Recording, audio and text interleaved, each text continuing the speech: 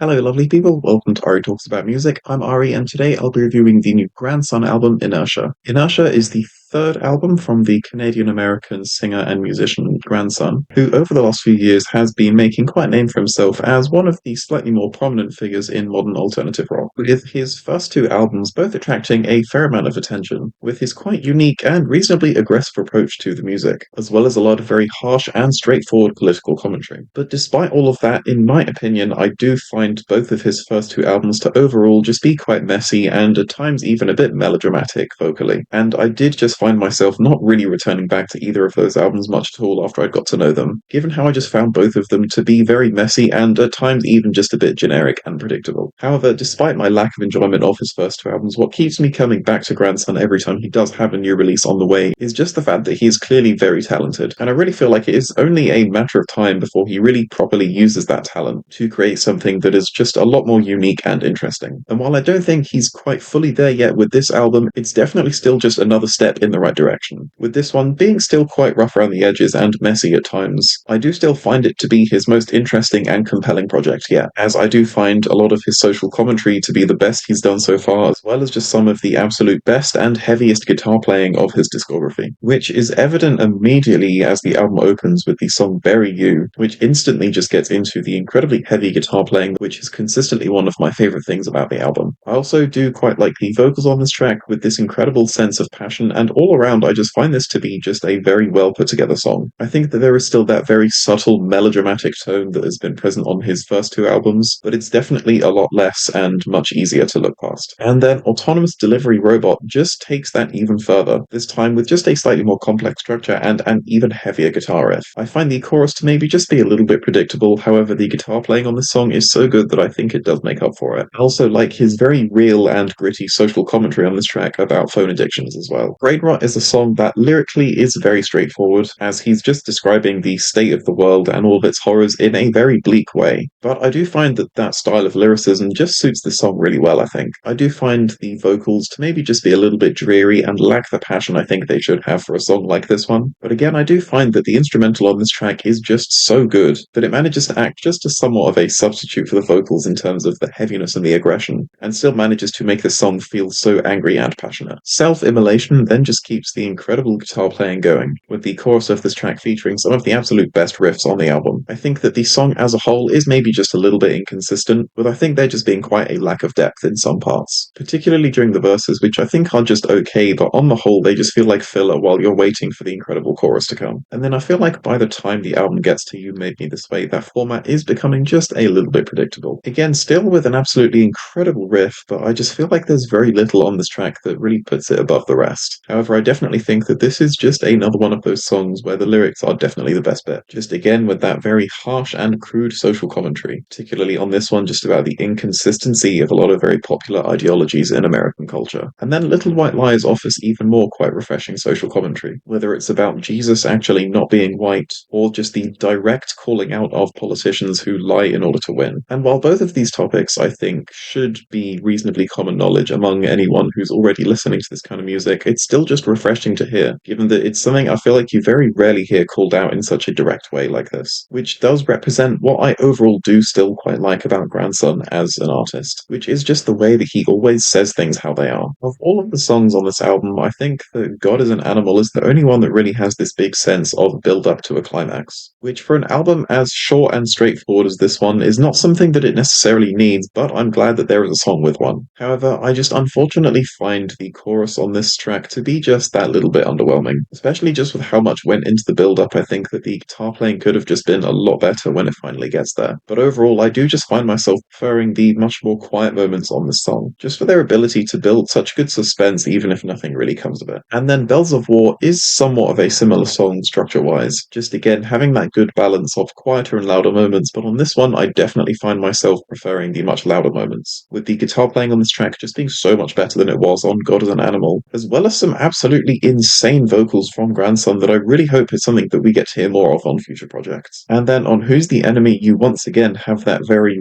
raw and direct style of lyricism, as on this track he directly calls out politicians for blaming minorities for the world's problems when in reality we all know who the real issue actually is. And he even goes so far as to say that he would sit down for the raising of the American flag, which I'm not hugely well versed in American culture, but from what I know that is considered absolute blasphemy, especially in the much more conservative areas. But given the current state of the country, as well as everything else that he's already covered on this album, it's something I can hardly blame him for saying. And then finishing the album, you have Pull the Trigger, which is just another pretty straightforward song, but once again, of course, with an absolutely amazing guitar riff and just all-around fantastic guitar playing. And then, of course, in the lyrics, you have the very direct commentary about racism and how that affects the perception of mass shooters. And so while I think overall his sound and style still has quite a long way to go, this album is still absolutely just another step in the right direction towards fully realizing the talent that he's clearly capable of. And I think that if he can just refine his style maybe just that little bit more, as well as maybe just throw a little bit more diversity in there, because as much as I love the very heavy guitar playing, it's just, there is maybe just a little bit too much of it on this album and it's lacking in other styles. But I think that overall for me, the lyrics are definitely the best feature of the album, just showing off, I think, some of the absolute best social commentary of Grandson's career. And I, of course, just love his very direct and to the point style of calling out social issues. And so for that reason, I'll be giving this album a 6 out of 10. Thank you so much for watching this review.